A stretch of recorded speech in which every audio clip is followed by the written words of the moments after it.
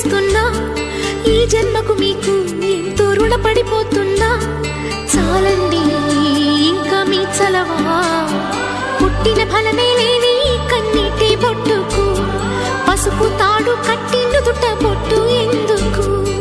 ఎవరెవరి అడుగులెటువైపు పడును ఎరిగింది ఎవరు లేరమ్మా.